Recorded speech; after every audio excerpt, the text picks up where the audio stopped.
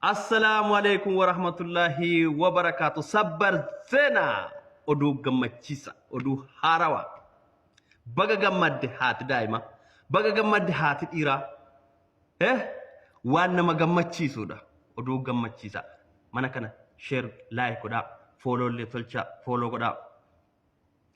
Kanaafuu gammachuun keenya karaan jidduudhaan danqaa ta'ee daa'imni akka hin galletti baay'ee rakkisaa ture.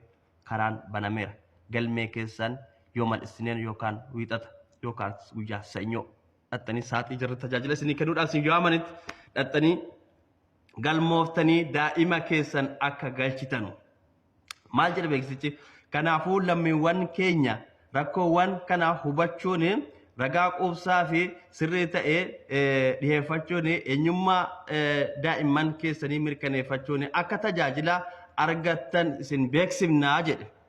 Kanaafuu yoo mootummaan keenya nuuf galatoomii sagalee keenya kana dhaggeeffatanii lammiin kan koo rakkataara jechuudhaaf erga karra cufamee yookaan immoo ulaagaalee kanaan dura rakkisaa ture kanaan dura kaastanii akka daa'imaa wajjiniin maatiin daa'imaa rakkataaru kana hubattanii karra kana nuuf banuudhaaf baay'ee nuuf galatooma. Nutillee gaafii gaafachaa turre keessatti miira tokko malee yookaan arrabsoo tokko malee yookaan tuqaatii qaama tokko osoo hin tuqiniin seeraan gaafannee gaafii keenya deebii keenya nuuf deebisuu keessaniif baay'ee nuuf galatooma. Mootummaan keenya illee ambaasii Saudi Arabiyaa Asmaa'ii isin galateeffachuu barbaada.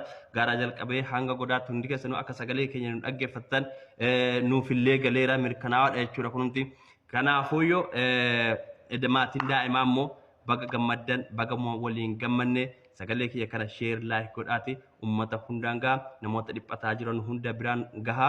Kanaafuu yoo hundi keessan akka yoo mal'isneena guyyaa gaafa sanyoo dhattanii akka galmeeftan isinin jedha. Baga gammaddan.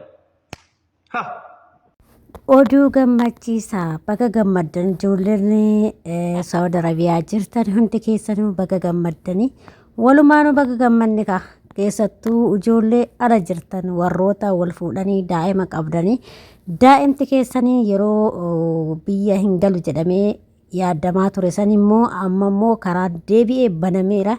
Daa'ima keessan galfachuu dandeessanii karaa nagaatiin karaa daa'ima qofaa miti isinis galuu dandeessan karaa nagaatiin qixaaxii tokko malee karaa nagaatiin karaa seeratiin galuu dandeessanii jechuudha. Ijoolleen warri addaanan isinii baafadhaa guyyaa isaatti jechuudha. Warri waan bishaan dhuftanii fi warri immoo xalabaa dhaabaddan jedhamee adda adda bahee jira. Addaanan isinii baasa viidiyoo lammaffaa irratti jechuudha. Ashamaa akkam jirtu hordoftoota kabajamtoota koo nagaa keessanii ani nagaa kooti galata waaqayyoo isinillee baga nagaa taatan baga jiraattan isin jecha.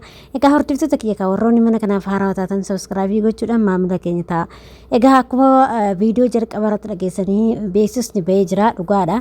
Beeksisan warra kana qofaa miti ijoolleen fakkeenyaaf imbaasii Saudi Arabiyaa of jalaa qabdan arguu dandeessanii Saudi Arabiyaa keessatti ijoolleen ala baaddanii hojjettanii fi akkasuma immoo ijoolleen bahaaraan dhuftan jechuudha. Seera haarawaa seera bareedduu waan gammachiisaa isiniif baasee jira. Seera kanatti immoo fayyadamaati. Karaa biyyaa sa'aatii kana qabaan osoo hin jiraatin wanta adda addaa osoo hin jiraatin wanta qixaaxii jedhamu osoo hin jiraatin karaa biyya keessanii galuu dandeessanii jechuudha. Fakkeenyaaf daa'ima warroonni daa'ima qabdanillee daa'ima keessan karaa biyya keessanii galfachuu dandeessanii sababa tokko malee jechuudha. Isinii galtee dubbii innaa asitti ilaal bakka kanatti waan beekuu qabdanii daa'imallee sababa tokko malee galfachuu dandeessanii jechuudha. Ammala sa'aatii kanatti galfachuu dandeessanii jechuudha. Booda yookiin rakkinni isin irra gahuu danda'a hin beekamu. Kanaaf immoo sa'aatii kanatti isin galfachuu dandeessanii jechuudha. Daa'ima keessanillee ofii keessanillee boodatti yookiin immoo gaafa ji'a isinii kennamee jira ji'a jaha haga ji'a jaha jedhamee jirame guyyaa maal akka galmaan immoo addaanan baafadhee isiniif fida jechuudha. Warri xalabaa baddanii fi akkasuma warri bishaan dhuftanii guyyaa akkamii akka galmooftan immoo addaan baafadhee tan isinitti hima jechuudha. Inna Kanaaf immoo ijoolleen keenya warri Saawud Arabiyaa keessa jirtani waan kanatti fayyadamaa dhugaa rabbii dubbachuudhaaf maaliif seera bareedu isinii baase waan baay'ee isin gammachiisu hunduma keenya waan gammachiisu jechuudha. Maaliif fakkeenyaaf warra xalabaatii mutamma kun kan ilaallatu warra xalabaa osoo hin taane warra ijoollee xalabaadha duraan badanii ala jiran ala hojjechaa jiranii fi akkasuma immoo warra bahaaraan dhufan ilaallataa jechuudha. Maaliif isaaniif seera haarawaa baase mootummaanii jechuudha. Galatoomaa akkanattuu carraa kana kennuuni waan guddaadha jechuudha. Sinii galee waan guddaa sinii godhee jechuudha. Carraa akkanaa sinii kennuun isaa siniif gammachuu guddaadha. Dhugaa dubbachuuf jechuudha. Maaliif sa'aatii kanatti ilaal galuu dandeessan wannaa keessa fudhattanii jechuudha. Waraqicha keessa fudhattanii sa'aatiidhaan galuu dandeessanii jechuudha as keessaa. Sinii galte booda yookiin immoo akkuma jedhamu yoo jajaan booda cufame yookiin immoo qixaaxii kaffaluu dandeessu ta'a hin beekan wanta dhufu jechuudha. Wanta yookiin haara wanni baasu qixaaxii wajjin ta'uu danda'a waan ta'eef kanaaf sa'aatii kanatti immoo itti fayyadamtanii galuu dandeessanii jechuudha.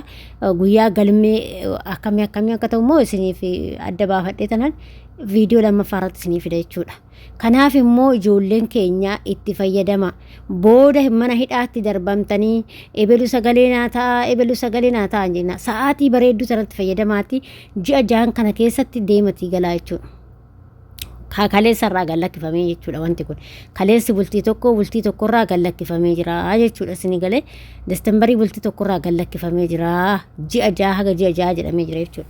Kanaaf itti fayyadamaa warri galuu barbaadan ijoolleen bahaaraan dhuftanii fi ijoolleen akkasuma immoo xalabaa baddanii jirtanii jechuudha. Isin galee booda immoo isin rakkisa. Dhugaa rabbi isin rakkisa jechuudha. Yeroo wayiitillee akkatti rakkachaa turan ijoolleen keenya mana hidhaatti guurramaa turanii jechuudha. Kanaaf immoo sa'aatii kana keessatti erga mootummaa isiniif eeyyamee sa'aatii kanatti fayyadamtanii galtanii deebi'uu hin dandeessan. Fakkeenyaaf paaspoortii gaafa baafattan paaspoortiin akkasuma qaamallee baafachuu hin dandeessan rakkoo hin jiru. Garuu birrii guddaa gaafachuu danda'an natti fakkaatee jechuudha. Birricha sana addaan hin baafanne jechuudha. Qarshii nagaa qaama isaa bahu hin beeku jechuudha. Ijoolleen ala baddanii xalabaadha baddanii kun jechuudha. Baafachuu hin dandeessan. Garuu qarshii haga bahuun hin beeku baafachaa jirtu ijoolleen jechuudha.